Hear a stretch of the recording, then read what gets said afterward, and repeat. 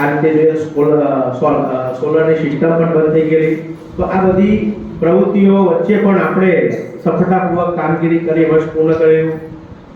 ચાલુ વર્ષે આપણે અધ્યાપકની અંદર પણ બદલી થતો સંસ્કૃત વિષયમાં આપણા માયાબેનથી બદલી થતો સંસ્કૃતનો અધ્યાપકની ખોટ પડી હતી.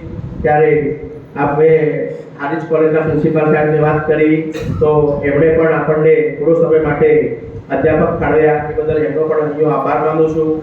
અસ્તુ. જય હિન્દ, જય ભારત.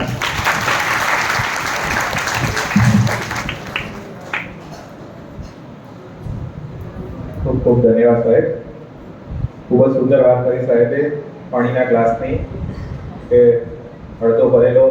સદીમાં તો એવું છે કદાચ પાપ આત્મય ભરેલો નથી હોતો. એટલે આપણી જોડે એટલા ઓછા સ્ત્રોત હોવા છતાં આપણે ખૂબ જ સરસ કામગીરી કરી રહ્યા છે. એમાં વિદ્યાર્થીઓની માત્ર સહકારની અપેક્ષા છે. વધુ સમય ન લેતા સમારોહના આજના અધ્યક્ષ શ્રી અને કાર્યક્રમના ઉદ્ઘાટક શ્રી મુખ્ય મહેમાન ડોક્ટર કે પટેલ સાહેબ,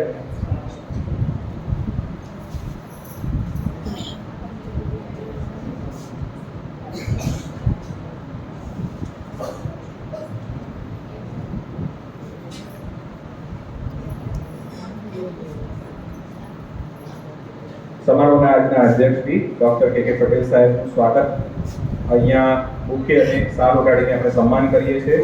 હું આચાર્ય શ્રી ડોક્ટર પીએસ પટેલ સાહેબને વિનંતી છું કે તેઓ ડોક્ટર કે પટેલ સાહેબનું સાર ઉડાડીને સન્માન કરે.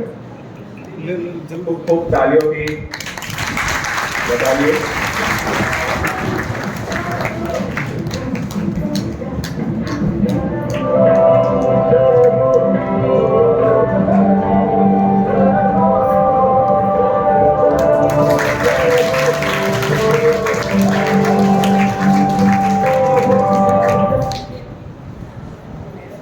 આપણા આદરણીય આચાર્યશ્રીએ માત્ર એક જ વાર ફોન કરેલો અને પહેલા જ કોલ પર કે પટેલ સાહેબે પરવાનગી આપી દીધી કે હું ચોક્કસથી હાજર રહીશ. એમની વ્યસ્તતા અતિ વ્યસ્ત હોવાના કારણે પણ તેઓએ કોલેજ માટે સમય ફાળવ્યો અને ઉપસ્થિત રહ્યા. તે બદલ ખૂબ ખૂબ આભાર વ્યક્ત કરીએ સાહેબ. ત્યારબાદ હારીજ કોલેજના પ્રિન્સિપાલ ડોક્ટર મનીષાબેન એફ શાહનું અહીંયા સાર ઉડાડીને સન્માન કરીએ છીએ. હું પ્રોફેસર આરતીબેન પ્રજાપતિને વિનંતી કરું છું કે તેઓ આવે.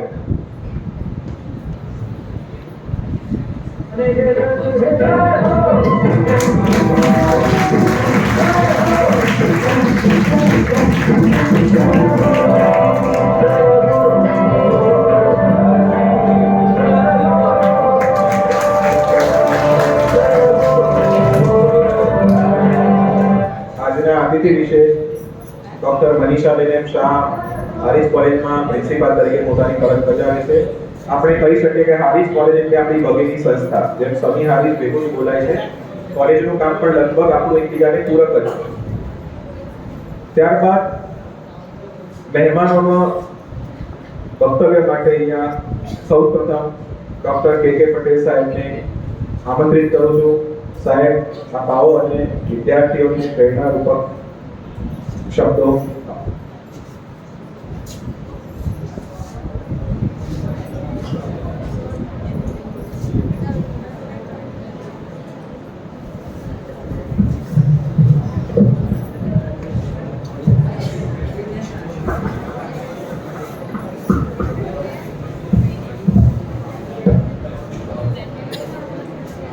Respected dignitary on the dais, of the dais, guest of honor, Dr. Manishaben Shah, Principal, Government Arts and Commerce College, Harij. Respected Dr. Prakashbhai Patel sir, Principal, Government Arts and Commerce College, Sami.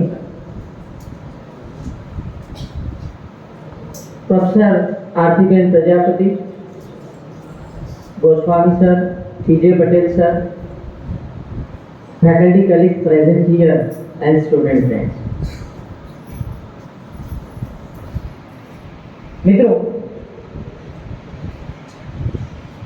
વિદ્યાર્થીઓનો આજનો આ પ્રસંગ એટલે annual function, આજે ઇનામ વિતરણ કેટલાક વિદ્યાર્થીઓને થવા જઈ રહ્યા છે. તમને ખબર હોય તો કદાચ બધા કેટલાક નવા વિદ્યાર્થીઓ છે એ રાષ્ટ્રીય શિક્ષા નીતિ અંતર્ગત ભણવાનું શરૂ કરી દીધેલું છે. લગભગ રાષ્ટ્રીય શિક્ષા નીતિના પાયાનું જે ઘડતર થયું યુનિવર્સિટી લેવલે, હું જોડાયેલો હતો. વાત એવી નીકળી કે ભાઈ multidisciplinary choice, academic bank of credit અને વિદ્યાર્થીને જે શીખવું હોય શીખી શકે. પછી હું પોતે યુનિવર્સિટીના લગભગ chief accounts officer, registrar, controller of examination, ઘણા બધા વિભાગનો હેડ ઓફ ધ ડિપાર્ટમેન્ટ અને મારા પોતાના વિભાગમાં લગભગ 11-12 વર્ષથી HOD છું. ઇન્ટરનેશનલ સેલનો કન્વીનર પણ છું. IQAC કમિટીનો આખો સેલ મારા વિભાગમાં જ છે યુનિવર્સિટીનો, અને IQAC ના મેમ્બર લગભગ 20 વર્ષથી છું. વન વે મેમ્બર છું IQAC માં. પ્રશ્ન એ થાય કે આટલું બધું સરકાર કરે પણ વિદ્યાર્થીનું જે સેન્ટ્રલ ફોકસ છે એ ઓછું થતું જાય છે. ઇન્ટરનેશનલ સેલમાં હું ફોરેનના વિદ્યાર્થીઓ છે, PhD કરે છે, કેટલાક MBA કરે છે, કમ્પ્યુટર સાયન્સમાં છે, અને એનો કન્વીનર છું. એની સેપરેટ સેટઅપ છે આખું ઓફિસ, એટલે મારે ફોરેનના વિદ્યાર્થીઓ જોડે મળવાનું થાય. ગાના, કેન્યા, આફ્રિકાના પણ છે. ટેકલ કરવા ડિફિકલ્ટ છે, પણ હું જોતો હોય, સ્ટડી કરતો હોય, લગભગ અત્યારે તો ઇન્ટરનેટથી આપણે બધું જ જોઈ શકીએ છીએ કે સ્ટડી મેકેનિઝમ છે એમાં વિદ્યાર્થીનો પોતાનો રસ ઓછો થતો જાય છે. વિદ્યાર્થીને ખબર જ નથી કે શું કરવું છે. ઘણા બધા વિદ્યાર્થીઓ માર્કશીટ એટલે પોતાનો ઇન્ડેક્સ સમજી બેસે. ચોઇસ બેઝ ક્રેડિટ સિસ્ટમ આવી, મલ્ટીડિસિપ્લિનરી આવી, આ બધું શાના માટે આવ્યું? વિદ્યાર્થીઓનું મોટિવેશન જળવાઈ રહે અને જે શીખવું છે શીખવા મળે. તમને બધાને આમ મજા આવશે કે ભાઈ કોલેજમાં જવાનું નહીં, પરીક્ષા આવે એટલે દેખાવાનું. આ સત્ય છે. પરીક્ષા આવે એટલે દેખાવાનું અને બાકી દેખાવાનું નહીં. પણ એ 2 વર્ષ 4 વર્ષ મજા આવશે જિંદગીના, પણ પછી નોલેજ નહીં એટલે કોઈ નોકરી નહીં આપે. સ્ટુડન્ટમાં ઇન્ટેલેક્ચ્યુઅલ ક્રિએટ કરવાની વાત છે. પ્રીમિયર ઇન્સ્ટિટ્યૂટમાં તમને તો પ્રીમિયર ઇન્સ્ટિટ્યૂટમાં સ્ટુડન્ટ ત્યાં જ રહેતો હોય છે. 14 કલાક કામ એ કોલેજમાં કરે છે, આપણે 1 જ કલાક આવીએ છીએ. એ જ્યારે અસાઇનમેન્ટ સબમિટ કરાવવાનું હોય ત્યારે ક્લાસરૂમ કોન્ટેક્ટનો મતલબ શું છે? કોમર્સના વિદ્યાર્થીઓ કેટલા હશે? કોમર્સનો પણ હું વર્ષો પહેલા ડીન હતો. હું જોતો હોય અમારે, કારણ કે સાહેબ લગભગ 6-7 બોર્ડ હોય, અમારે 6 બોર્ડ હોય, 6 બોર્ડના સભ્યો હોય, એટલે મારે લગભગ 50-60 જણનું ખાલી બોર્ડના મેમ્બરોનું મીટિંગ કરવાની થાય. એટલે ઘણીવાર અંદર ખેંચતાણ થાય પાછી, અમારો વર્કલોડ ઓછો થઈ જશે, અમારી ક્રેડિટ ઓછી થઈ જશે. મેં કહ્યું એ બધું જવા દો, છેલ્લે આ બધું ચેક કરવાના છો તો છેલ્લે છે ને શિક્ષણ જ પ્રાઇવેટ થઈ જશે. ઘણીવાર એવું થતું હોય, તમને કહું કે કોમર્સ સબસ્ટેન્શિયલ કોર્સ છે, ઘણું બધું પોટેન્શિયલ છે. કોમર્સ એટલે ખાલી એકાઉન્ટ એવો મતલબ નથી. પેલી બાજુ જરા બી સાયલેન્ટ. કોમર્સ ની અંદર ઘણા બધા સ્પેશિયલાઇઝેશન આવે છે, એ આપણે કરતા નથી. આર્ટ્સ ની અંદર લેંગ્વેજ ના સબ્જેક્ટ હોય છે અલગ અલગ. સારી એવી લેંગ્વેજ લેબમાં જઈને તમે અલગ અલગ લેંગ્વેજીસ શીખો ને,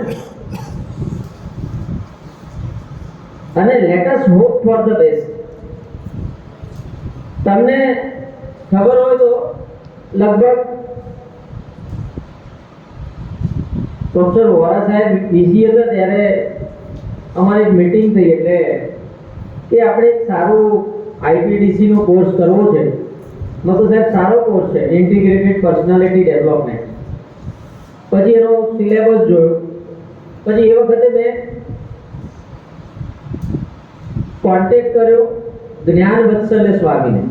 મેં કહ્યું એમને બોલાવો, અને આવે એનું એમઓયુ. મેં કહ્યું સાહેબ એમઓયુ સ્વામીજી, મેં કહ્યું એમઓયુ રાખેલું છે અને તમારે જ આવવાનું છે આ એમઓયુમાં. કારણ કે વિદ્યાર્થીઓને મેં કહ્યું કેવું છે ખબર છે, વિદ્યાર્થીઓની જિંદગીમાં કોઈ રસ જ નહીં રહ્યો, એટલે થોડું જગાવો. વિદ્યાર્થી students are out of the class. They do not want to sit in the class what professor will do. તમે બધા રેગ્યુલર હોય, આખો ક્લાસ ભરેલો હોય, 60 નો હોય કે 100 નો હોય, પ્રોફેસરને પણ ભણાવવાની મજા આવે. ડાયરો તો બધાએ જોયેલો હશે, ડાયરામાં જે કલાકાર હોય એમ ત્યારે જ મજા આવે કે આખું ઓડિયન્સ ભરેલું હોય. અમારા કેસમાં પણ એવું જ છે, ફૂલ ક્લાસ હોય તો જ અમને ભણાવવાની મજા આવે. બાકી 4 જણા બેઠા હોય તો પછી ટેમ્પો શિક્ષકનો પણ ડાઉન થાય. ઘણીવાર વિદ્યાર્થીઓને અમે કહેતા હોઈએ છીએ કે અલગ અલગ સાહેબે, જેમ પ્રકાશભાઈ પટેલ સાહેબે કહ્યું કે અલગ અલગ પ્રવૃત્તિઓમાં અમે ભાગ લીધો. સારી વસ્તુ છે, ગવર્મેન્ટ કોલેજ છે એટલે કરે. તમને કહું, મારા કાર્યક્રમમાં મારો એક રૂલ રહ્યો છે કે હું સેલ્ફ ફાઇનાન્સ કોલેજમાં કોઈ દિવસ સ્પીચ આપવા જતો નથી. છેલ્લે ગ્રાન્ટેડ હોય તો વિચારો, બાકી ગવર્મેન્ટ હોય તો જો સાહેબનો ફોન આવ્યો, મેં તો ગવર્મેન્ટ છે એટલે આવીશ. કારણ કે પબ્લિક મની છે, પબ્લિક ફંડ છે, અને આ બધું લોકોનું જ છે. અહીંયા છેલ્લે રિટાયર થઈને મનીષાબેન પણ ઘરે કશું લઈ જવા નથી, પ્રકાશભાઈ પટેલ સાહેબ પણ કશું લઈ જવા નથી. આ પબ્લિકનું જ છે. These are the use of public funds, and that has to be considered, think over by administrator of the country.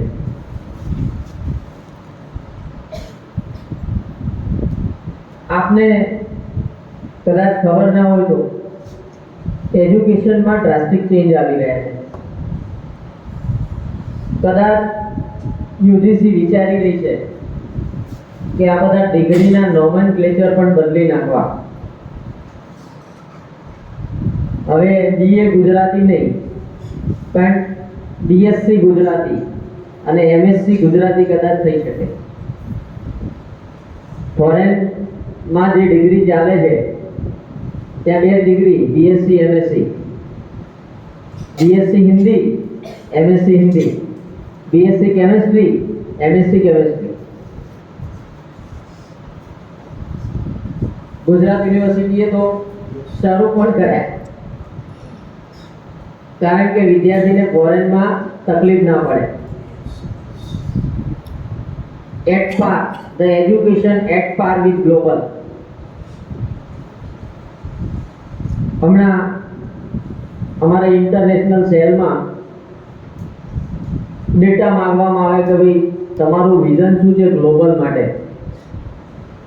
એટલે એક મીટિંગ થઈ, એટલે મેં કહ્યું સાહેબ ગ્લોબલ માટેનું વિઝન શું, તમે કેમ્પસ ફોરેનમાં નાખો ને.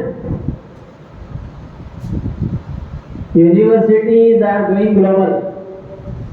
આવનારા સમયમાં આપણી યુનિવર્સિટીઓના કેમ્પસ ગ્લોબલ લેવલે હશે જો વિઝન આ પ્રકારનું રહ્યું તો. શરૂઆત થઈ ગઈ છે. તમને કહું કે ફોરેન્સિક સાયન્સ યુનિવર્સિટીના બોર્ડમાં હું છું. National forensic science institute of national importance છે. એમને યુગાન્ડાની અંદર કેમ્પસ નાખ્યું. 12 કેમ્પસ ઇન્ડિયામાં છે અને યુગાન્ડાની અંદર એક કેમ્પસ નાખ્યું. પ્રાઇવેટ યુનિવર્સિટીઓ શરૂઆત કરી દીધી છે ફોરેન કેમ્પસ નાખવા.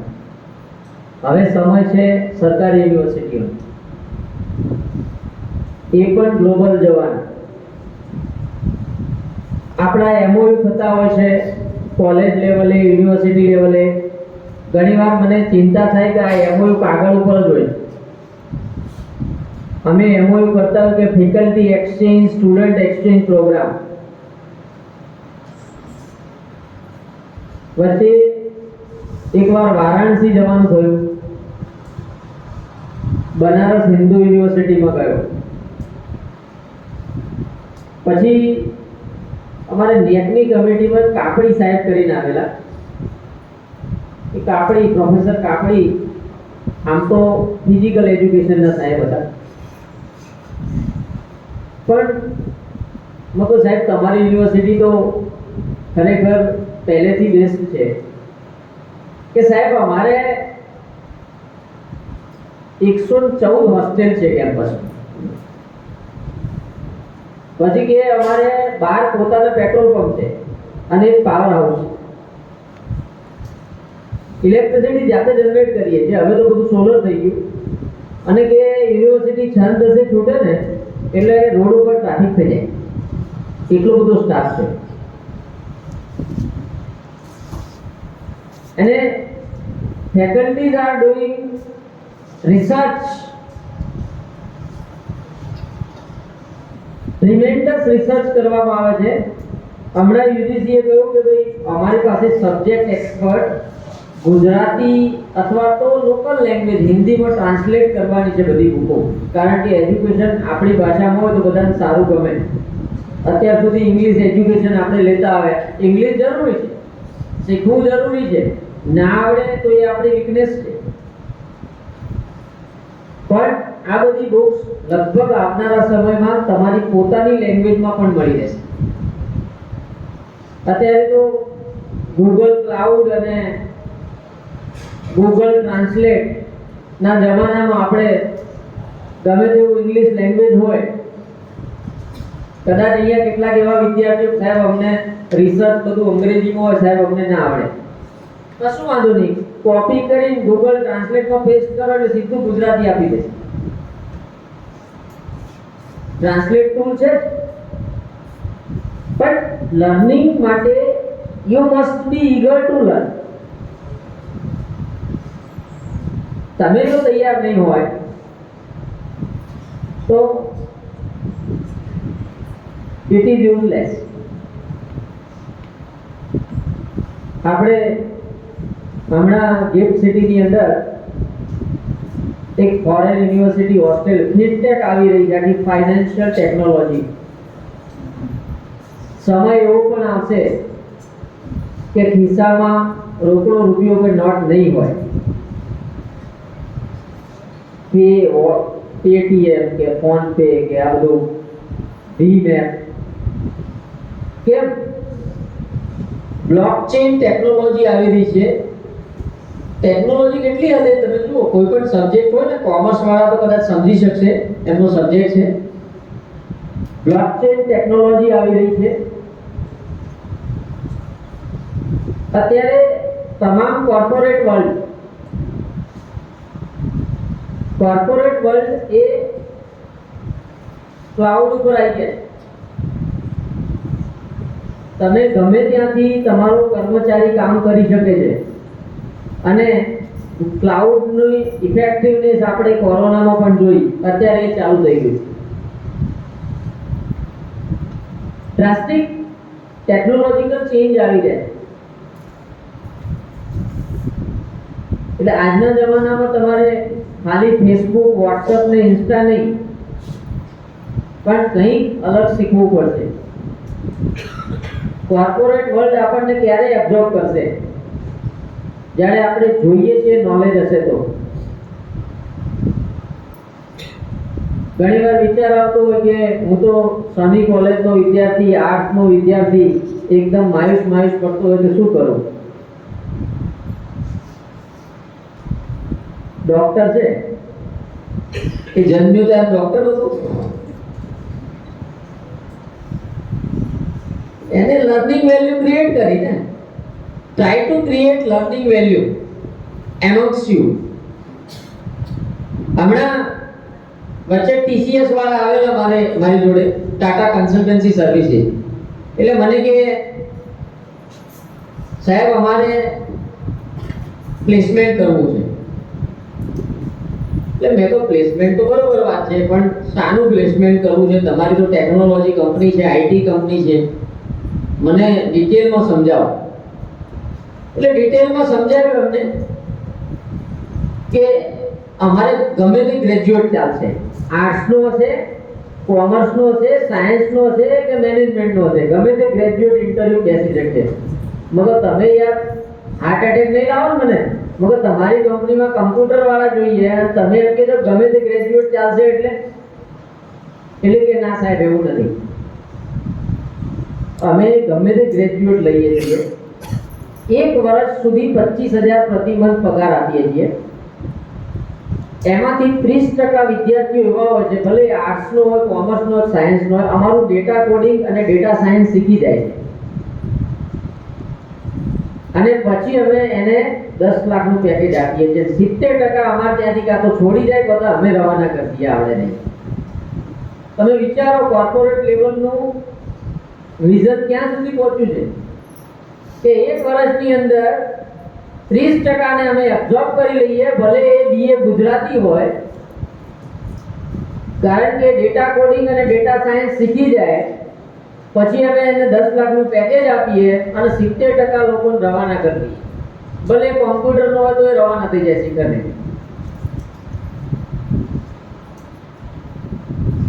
કે વી ટ્રેન ધ પીપલ. તમે જે ભણાવો છો ક્લાસરૂમમાં તો ખરું, વી ટ્રેન ધ પીપલ. તમે જે 2 વર્ષમાં નથી કરતા એ અમે કરીએ છીએ. કારણ કે આપણે જ્યારે કેવું હોય કે હું BA ગુજરાતી હોઉં તો મને કમ્પ્યુટર ના આવડવું જોઈએ, આવું મનમાં એક બાંધી લીધેલું હોય. ગુજરાતી ટાઈપિંગ ના આવડે, વર્ડ ના આવડે, એક્સેલ ના આવડે, પાવર પોઈન્ટ ના આવડે, R ના આવડે, પાયથન ના આવડે, કોઈ ડેટા સ્ટેટિસ્ટિક ના આવડે. કેમ? મારે તો BA ગુજરાતી એટલે પછી કે હું વાર્તા જ કરું, એવું ના હોય. You have to upgrade yourself with the latest situation and technology in the market. Otherwise, you fail in the life.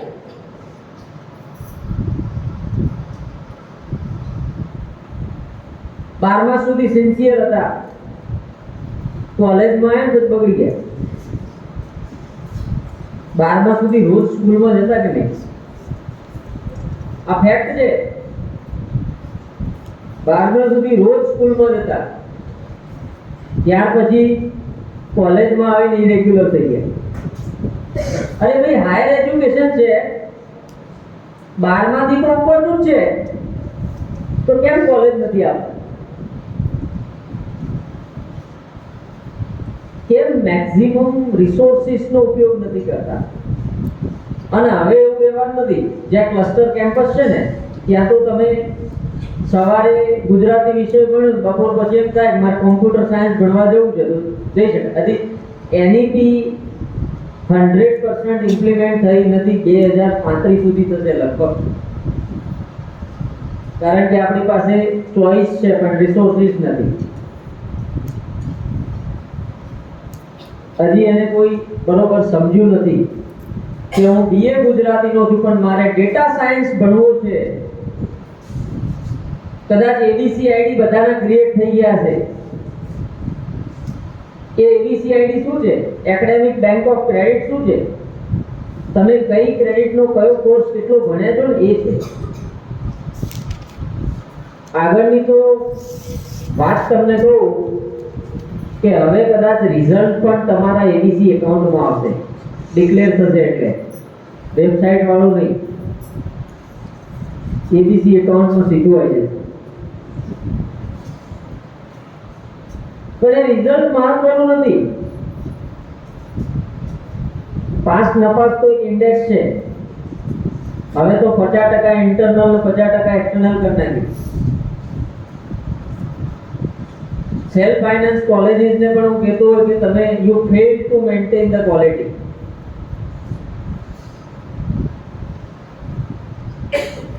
એ લોકો ક્વોલિટી મેન્ટેન કરવામાં ફેલ ગયા. હમણાં કદાચ તમને બધાને ખબર હશે તો અનંત અંબાણીનો એક ઇન્ટરવ્યુ હતો જામનગરની અંદર. એનો કોઈ પ્રી વેડિંગ છે, એનો ઇન્ટરવ્યુ હતો. એટલે હું જોતો હતો ત્યાં 1000 એકરમાં એમને 8.5 કરોડ ઝાડ વાવ્યા છે, હાથીઓ રાખ્યા છે, હરણ બધું છે અંદર. 1000 એકરનું જંગલ બનાવ્યું છે. એની અંદર હોસ્પિટલ પણ બનાવી છે હાથીઓ માટે અને બધા માટે. જાનવરોની ઓપરેશન થિયેટર છે 3 જાનવરો માટે 3 ઓપરેશન થિયેટર છે. અને એના સિવાય 5 આયુર્વેદિક ડોક્ટર રાખ્યા છે. હા, એ સંશોધન કરે છે કે આયુર્વેદિક ટ્રીટમેન્ટ કેવી રીતે જાનવરોને આપી. તો ઠીક હવે આજતક વાળાએ ક્વેશ્ચન પૂછ્યો કે તમે આટલું બધું સરસ અહીંયા જામનગરમાં કર્યું, એટલે કે મારા પપ્પાનું એક વિઝન છે તો કોઈ પણ વસ્તુ કરો પણ બેસ્ટ કરો. એક્સલન્ટ ઇન ધ વર્લ્ડ, આને એક્સલન્સી કહેવાય.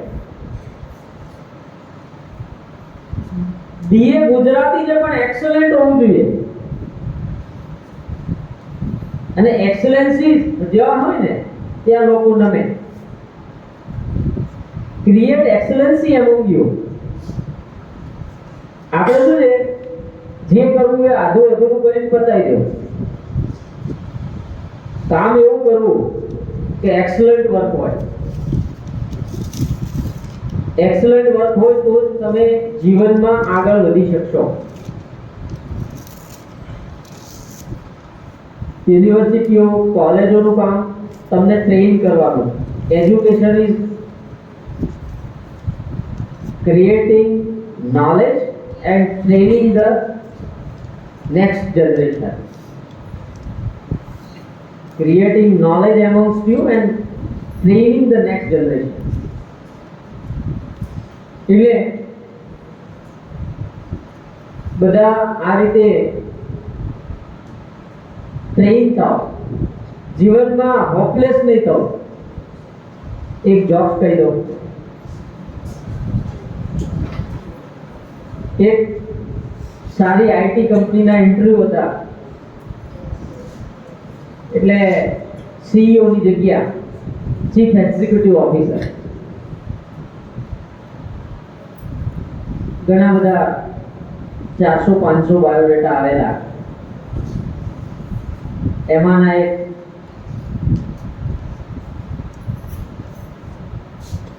મિસ્ટર એક્સ કરીને હતા ગુજરાતના. તે કે ચલો ને આપણે કોમ્પ્યુટર તો આવડતું નહીં પણ ભણ્યા તો ખરા સીઈઓ. જોઈશું આગળ તો જોઈ જશે. ઇન્ટરવ્યુ બોલાવે એટલે ઇન્ટરવ્યુમાં ગયા એટલે પેલા કે 300 જણના ઇન્ટરવ્યુ તો કેવી રીતે લેવાય એક જ CEO ની પોઝિશન. એટલે પછી કહ્યું કે ભાઈ અમારી ટેકનોલોજી જાવા છે, પાયથન છે, આ બધું છે. જે લોકોને જાવા આવડતું હોય એ અંદર રહે, બાકી બધા નીકળી જાય. એટલે 300 માંથી 295 નીકળી જાય. 5 જણ બચ્યા, એમાં મિસ્ટર એક્સ કે આપણને જાવા તો આવડતું નથી, પણ જોઈશું આગળ શું થાય છે. એટલે કહ્યું કે ભાઈ જો અમારે આફ્રિકન ડિવિઝન માટે CEO જોઈએ છે. બીજું ઇન્ટરવ્યુ થયું 5 જણનું કે ભાઈ જો આફ્રિકન ડિવિઝન માટે CEO આવે, આફ્રિકન લેંગ્વેજ આવડતી હોય તો તમારે બેસવાનું, બાકી નીકળી જાવ. તો બાકીના 4 નીકળી ગયા ને આ બેઠા રહ્યા કે આફ્રિકન તો નથી આવડતી, પણ આગળ જોઈશું શું થાય છે.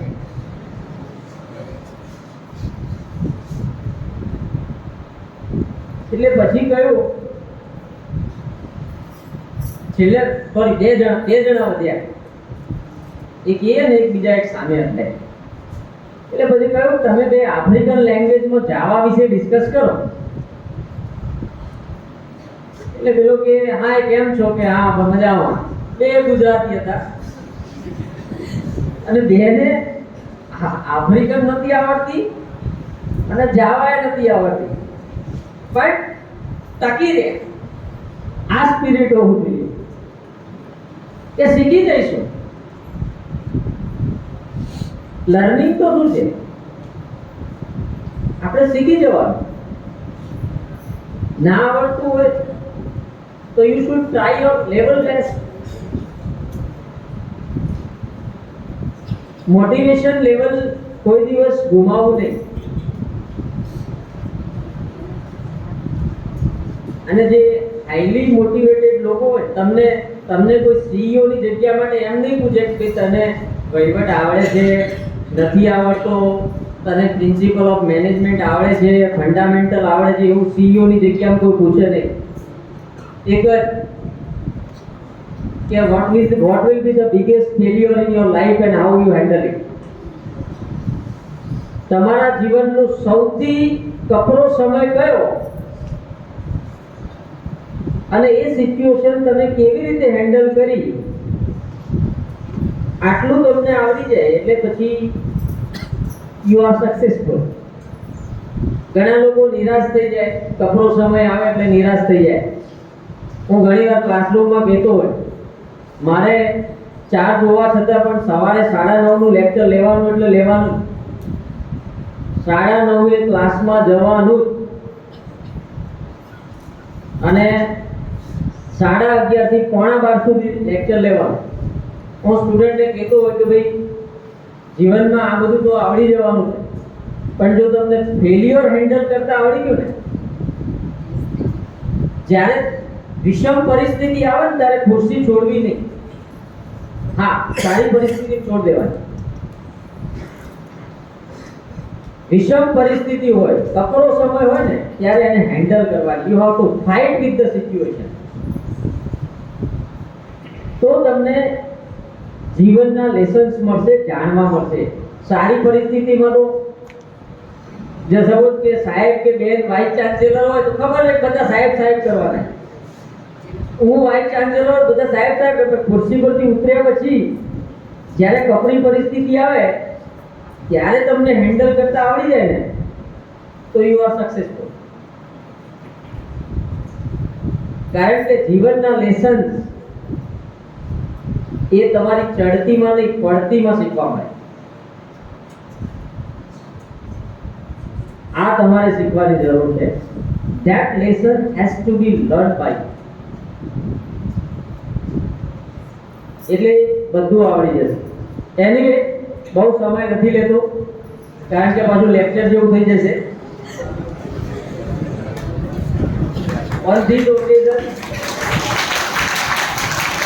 I wish you all the best. Please, I wish you all the best. Those who are going to get the prize, and all the best to those who do not get. But learn the lessons of the life and do your best Wish you all the best and all the best to all staff. Thank you very much.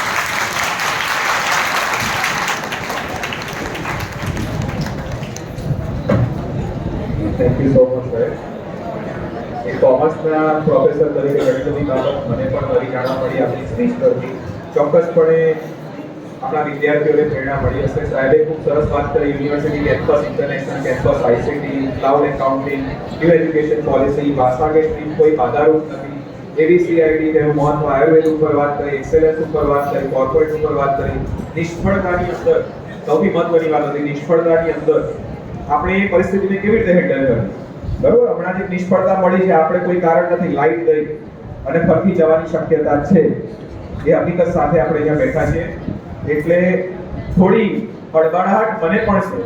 Generally stage પરથી એક વક્તા તરીકે ભાગ્યે જ ભૂલ થાય, પરંતુ એ excitement કહો કે પ્રેશર કહો જેને હું પણ આજે હેન્ડલ નથી કરી શક્યો. કારણ કે મને ક્યાંક મગજના ખૂણામાં ખબર છે કે લાઈટ જવાની છે, ક્યારે એ ખબર એટલે ચિંતા થાય છે કે વિદ્યાર્થીએ ખૂબ જ તૈયારી કરી છે, પણ એ ચિંતાને આપણે અવગણીશું. સાહેબે ખૂબ સરસ વાત કરી કે નિષ્ફળતા આવે તો હેન્ડલ કરી લઈશું, જોઈએ કેવી રીતે હેન્ડલ કરીએ છીએ. હવે આપણા ભગીની સંસ્થાના ભગીની હું કહીશ, અને આપણા ઇંગ્લિશના પ્રાધ્યાપક ડોક્ટર અશ્વિનભાઈ દેરકર સાહેબ જેમના વિદ્યાર્થી રહી ચૂક્યા છે પીએચડી ની અંદર, બરોબર, એટલે એમને તો વિશેષ આનંદ થશે.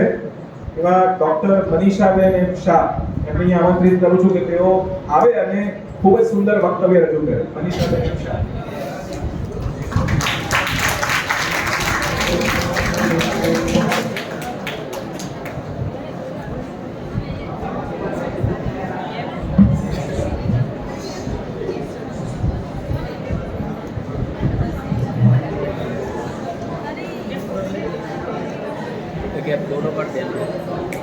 Government Arts and Commerce College, Samira, Principal Sri Dr. P.S. Patel sir.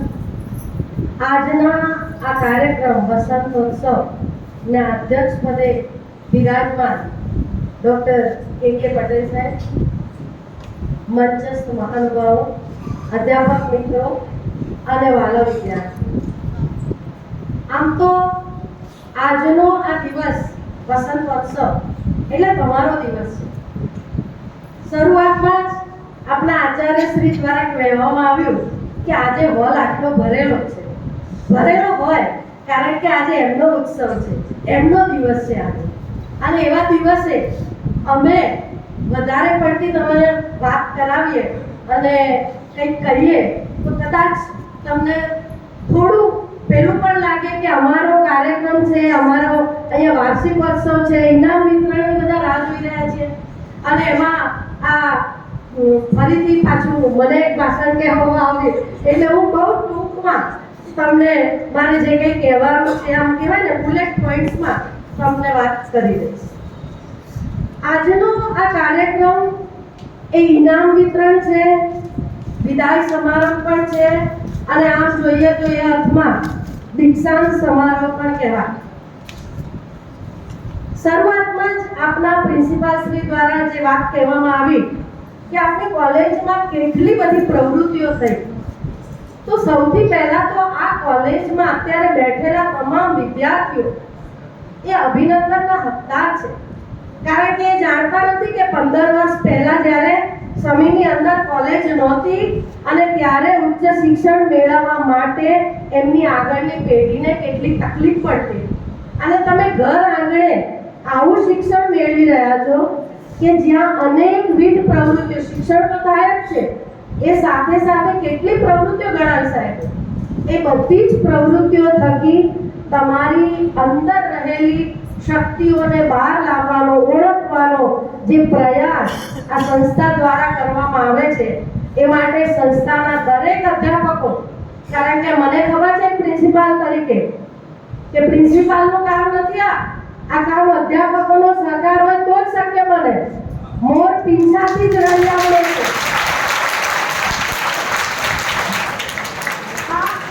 આપણા અધ્યાપકો આપણે તો એમને કહી દઈએ સપ્તધારાનું આ કરો, આની ફિનિશિંગ સ્કૂલ બતાવી દો, આ કાર્યક્રમ બતાવી દો, પણ અધ્યાપકો પણ તમારા પ્રગતિમાં એટલો રસ લઈને આ બધી જ પ્રવૃત્તિઓ તમારી કોલેજમાં કરી રહ્યા છે, ત્યારે એ આખો અધ્યાપક વર્ગ પણ અભિનંદનને આભારી છે અને તમે વિદ્યાર્થી મિત્રો કે તમારા માટે આટલું બધું અહીંયા થઈ રહ્યું છે. અને આજે ટીવાય બીએ અને બીકોમના વિદ્યાર્થીઓ કે જેઓ અહીંથી વિદાય લઈ રહ્યા છે, હવે એમની ઇન્ટરનલ લેવાશે ને એક્સટર્નલ, કદાચ બહુ થોડા સમયમાં એ ટીવાય બીએ બીકોમના અત્યારે વિદ્યાર્થી ગણાતા મિત્રો બહુ જ ટૂંકા સમયમાં ગ્રેજ્યુએટનું ટેગ લઈને ફરતા થઈ જશે, ગ્રેજ્યુએટ ગણાશે. અને ગ્રેજ્યુએટ ગણાવવું એટલે શું? આ જીવનનો એક બહુ મહત્વનો તબક્કો છે. તમે સ્કૂલમાં હતા, એક બોર્ડ એક્ઝામ આપી, બીજી બોર્ડ એક્ઝામ આપી, કદાચ એ વખતે એવું કહેવામાં આવ્યું હશે કે આટલું વર્ષ મહેનત કરી લે, પછી બધું સરસ જ છે. પછી 12મું આવ્યું ત્યારે ખબર પડી કે ફરી પાછું એ કે હજી મહેનત કરી લે પછી સરસ. પછી કોલેજમાં આવ્યા ત્યારે ખબર પડી કે આ તો બધું હજી અઘરું ને અઘરું જ બનતું જાય છે. તો હવે સાચી જીવનની શરૂઆત થાય. આ એક ફેઝ છે. અત્યાર સુધી તમે વિદ્યાર્થી અવસ્થામાં હતા, હજી તમે ભણશો, વિદ્યાર્થી કહેવાશો, પણ હવે તમે ગ્રેજ્યુએટ વિદ્યાર્થી કહેવાશો. હવે તમે જે કોર્સ કરશો એ કાં તો માસ્ટર કોર્સ કરશો, કાં તો બીએડ કે બીજા બધા એવા કોર્સિસ કરશો, ત્યારે તમારી પાસેથી અપેક્ષા કંઈક જુદી રાખવામાં આવશે. તમે કદાચ શાળામાં ભણવા ગયા ને મિત્રો, ત્યારે કોઈએ તમને નહીં પૂછ્યું હોય કે કઈ સ્કૂલમાં જવું છે, તમારા પેરેન્ટ્સને મૂકી દીધા સ્કૂલમાં. કોલેજમાં કદાચ પૂછ્યું હશે કે તારે શું કરવું છે, તને કઈ કોલેજમાં જવું છે.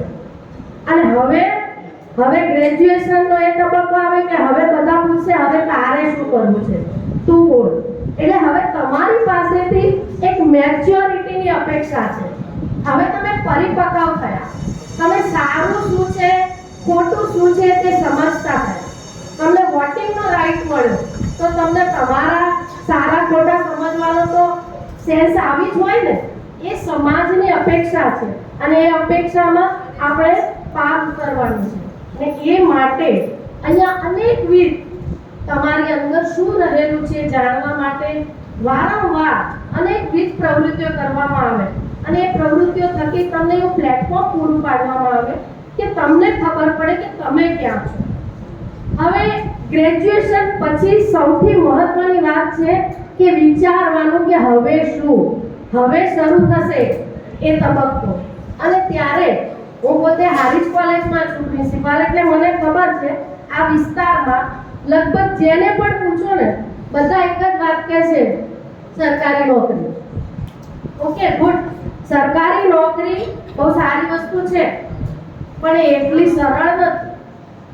એ આપણે મનમાં રાખવું પડે, કારણ કે સરકારી નોકરીમાં હાલ જે પરિસ્થિતિ છે, ઇવન વર્ગ 3 ની નોકરીઓ માટે 4300 સમથિંગ નોકરીઓની આ વખતે પડી છે, એની અંદર લગભગ 25 લાખથી વધારે ઉમેદવારોએ અરજી કરેલી છે. બરાબર, 25 લાખથી વધારે. ઇવન તલાટી જેવી જગ્યા માટે જો 17 લાખ ફોર્મ આવતા હોય તો એ પરિસ્થિતિમાં, એટલે તમને એવું ડરાવવા નથી માંગતી કે તમને તમારું મોટિવેશન તોડી નાખવા નથી માંગતી, but be prepare for that કે એવું નથી, એ એટલું ઈઝી નથી. કેટલી ટકાવારી થાય અને એટલે આપણે એની અંદર મચી પડીએ, આપણે એવો આપણો સમય આપી દઈએ. તમારા અહીંયા આગળ જીપીએસસી માટેના વર્ગો ચાલી ગયા, તો એ બધામાં તમે ભણ્યા હશો ને એવો સમય તમે આપો તો તમે પણ એમાં સફળતા મેળવી શકો. કારણ કે કોઈ વસ્તુ એવી નથી કે કોઈ પણ પરીક્ષા દુનિયાની એવી કોઈ પરીક્ષા નથી કે જેના માટે 24 કલાકથી વધારે વાંચવાની જરૂર પડતી હોય. અને 24 કલાક કોઈ પરીક્ષા માટે ના વાંચવું. બધી પરીક્ષા માટે 8 થી 10 કલાક સતત મહેનત કરતા રહો તો તમે એમાં સફળ થાઓ. બાકી 24 કલાક તમારી પાસે છે, એ 24 કલાક સફળ થનારા લોકો પાસે પણ એટલા 24 કલાક છે. કોઈની પાસે 5 મિનિટ વધારે નથી, બધાની પાસે આ જ સમય છે, 24 કલાક જ છે. પણ એ 24 કલાકનું ટાઈમ મેનેજમેન્ટ એ આપણને આવડતું નથી. આપણે મની મેનેજમેન્ટ કદાચ કરી લઈએ, પણ ટાઈમ મેનેજમેન્ટ કરવાની વાત આવે ને ત્યારે મેં અમારા વિદ્યાર્થીઓ પર આ એક પ્રયોગ કર્યો હતો અને તમને પણ એક પ્રયોગ કહું કે ખાલી 2 દિવસનો તમારા 24 કલાકનો હિસાબ લખજો કે તમે 24 કલાક ક્યાં વાપર્યા. 8 કલાક કદાચ ઊંઘવામાં વાપરશો, બીજા થોડા કોલેજ આવવામાં, તૈયાર થવામાં, અને એ તમે જુઓ એ બેલેન્સ શીટ કે 24 કલાકનો તમે હિસાબ લખો તો ખબર પડે કે ખરેખર આપણો સમય જાય છે ક્યાં. એટલે ટાઈમ મેનેજમેન્ટ એ બહુ જ મહત્વનું છે. અત્યારનો જે આ સમય છે તમારો યુવાનીનો, એ ગોલ્ડન પીરિયડ છે. આ દિવસો પાછા નહીં આવે. અત્યારે તમે જે મહેનત કરશો એનું ફળ તમે આખી જિંદગી ખાઈ શકશો, પણ જો અત્યારે તમે તમારા ટાઈમને પેલા મોબાઈલને સોંપી દીધો અને એની અંદર તમારો ટાઈમ વેડફી નાખ્યો તો પછી આખી જિંદગી તમે ગમે તે કરશો તો એ ભરપાઈ નહીં થઈ શકે. એટલે ટાઈમ મેનેજમેન્ટ એ બહુ જ મહત્વની વાત છે. તમે વિદ્યાર્થી અવસ્થામાં આ વસ્તુનું ખાસ ધ્યાન રાખો કે સમયનો આપણે કેવી રીતે ઉપયોગ કરીએ છીએ એની નોંધ આપણે રાખીએ. બીજી એક વાત છે મહત્વની કે આપણા પ્લાન આપણા જીવનને લઈને હોય. સ્વાભાવિક છે, આપણા સ્વપ્ન હોય. આપણે કોલેજ કરી, આપણને ખબર પડી કે ભાઈ મને આ વસ્તુમાં સરસ આવડે છે, તો આપણા પ્લાન હોય, આપણા સ્વપ્ન હોય, આપણને એમ થાય કે મારે આ કરવું છે, હું આ કરીશ, હું તે કરીશ. બહુ સરસ, અને આપણે એ દિશામાં કામ પણ કરીએ. પણ સાથે એક વસ્તુ યાદ રાખવાની કે યુનિવર્સના પણ પોતાના પ્લાન હોય છે. યુનિવર્સના પ્લાન હોય છે. એક હમણાં બહુ મસ્ત એક કાર્ટૂન આવેલો હતો, એની અંદર હતું કે this is how I plan my life. તો આમ સીધી લીટીમાં જઈ અને ઉપર પહોંચી જવા. આ રીતે મેં મારી જિંદગીની પ્લાનિંગ કરી હતી અને કલ્પના કરી હતી. અને this is how God plan. તેમાં નીચે જાય, ઉપર જાય, નીચે જાય, પહોંચાડે તો ત્યાં, પણ એ ઘણા બધા અપડાઉન પછી. એટલે આપણે એના માટે તૈયાર રહેવાનું. હમણાં કહ્યું ને કે અનએક્સપેક્ટેડલી કંઈ પણ થઈ શકે. હવે જો અત્યારે લાઇટો જાય તો તમારા સાહેબ પણ તૈયાર છે લાઇટ વગર પણ આખો કાર્યક્રમ કેરી આઉટ કરવા માટે. તો એ જે અનએક્સપેક્ટેડ પરિસ્થિતિઓ છે, જે ચેલેન્જીસ છે, એ ચેલેન્જીસ સાથે આપણે પણ તૈયાર રહેવું પડે કે આપણે આપણા જીવનને કેવી રીતે આગળ ધપાવીશું. કારણ કે જેટલું કોમ્પિટિટિવ એક્ઝામ માટેનું માર્કેટ બનતું જાય છે એટલું જ આખું સામે એક મોટિવેશનલ ઇન્ડસ્ટ્રી ઊભી થઈ ગઈ છે. મોટિવેશનલ લિટરેચર એટલું મળે છે, મોટિવેશનલ સ્પીકરો એટલા મળે છે, અને જે આઈને મોટી વાત કરે કે આમ થઈ શકે, તેમ થઈ શકે, પણ એ બધું મોટિવેશન કેવું છે? પેલા બલૂનમાં હવા ભરીએ ઉપર જાય ને અને એ હવા જતી રહે એટલે સીધો નીચે આવી જાય. એવું મોટિવેશન. એ મોટિવેશન તમારી અંદરથી આવવું જોઈએ. એ આગ તમારી અંદર લાગવી જોઈએ, અને એ આગ જ્યાં સુધી તમારી અંદર નહીં લાગે. હમણાંનો લેટેસ્ટ મૂવી છે ને બાર્બી પેન, અને એ આગ તમારી અંદર જો લાગશે તો આખું યુનિવર્સ. પોલો કોયલો બ્રાઝિલિયન રાઇટર કહે છે કે when you want something from the bottom of your heart, the entire universe conspires in helping you to achieve it. અમે કહ્યું એટલે તમને પેલું લાગ્યું હશે, પણ આ જ વસ્તુ શાહરુખ ખાન ડાયલોગથી કહે છે કે किसी चीज को शिद्दत से चाहो तो बुरी कायनात तुम्हें उससे मिलाने में जुट जाती है. એ જ વાત પોલો કોયલોની જ વાત છે. પણ એ શિદ્દતથી ઈચ્છવું, ચાહવું એટલે શું? એ આગ અંદર પેદા કરવી પડે. એ આગ તમારામાં આવે તો તમે તમારા લક્ષ્યને હાંસલ કરી શકો. તમે બધા ખૂબ ખૂબ શુભેચ્છાઓ મેળવો, તમારા ઈચ્છિત પરિણામો મેળવો એવી બધાને શુભેચ્છાઓ. તમે કાગળો પાડી દીધી એટલે મારે હવે વધારે ના કહેવાય, પણ એક જ વાત કે આ કોલેજના તમે વિદ્યાર્થી છો, અને આ કોલેજ નેક એક્રિડિટેશન માટે એકવાર જઈ આવી છે, બીજી વાર જવાની છે. ત્યારે ભવિષ્યમાં ક્યારે પણ આ કોલેજને તમારી જરૂર પડે ત્યારે એના એલ્યુમિનાઈ તરીકે અહીંયા આવી અને કોલેજને ગર્વ અપાવજો ને એટલું તમારું કોલેજ પ્રત્યેનું ઋણ રાખજો. એ વખતે તમને વિનંતીઓ ના કરવી પડે કે ભાઈ આવો. Thank you.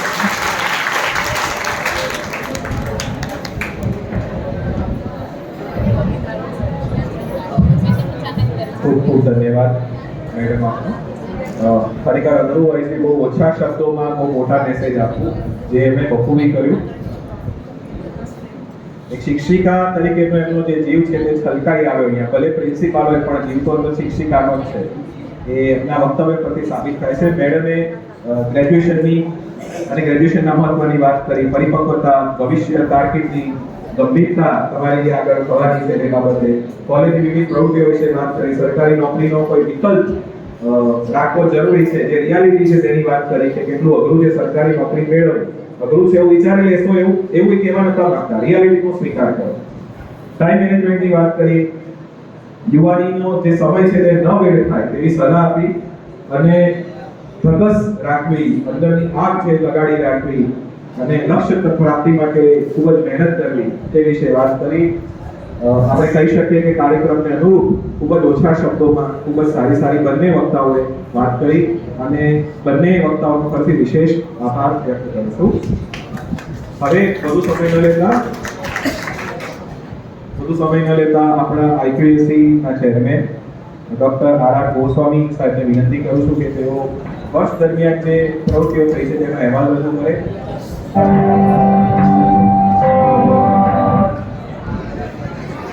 368 દિવસ છે, જેમાંથી શૈક્ષણિક દિવસ આપણા લગભગ 200 ની નજીક થાય છે. એટલી બધી અઢળક પ્રવૃત્તિઓ થાય છે, એને થોડીક મિનિટ્સમાં અમુક બહુ જ ઓછી ક્ષણોમાં વર્ણન કરવું અઘરું છે. સાહેબે ખૂબ મહેનત કરી છે, હું જાણું છું. એમનો 2-3 વાર ફોન આવી ગયો કરેક્શન બાબતે, ખૂબ જ મહેનત કરી છે અને આપણે નિહાળીએ આપણે શું કર્યું એની સમીક્ષા કરીએ, સમીની સમીક્ષા.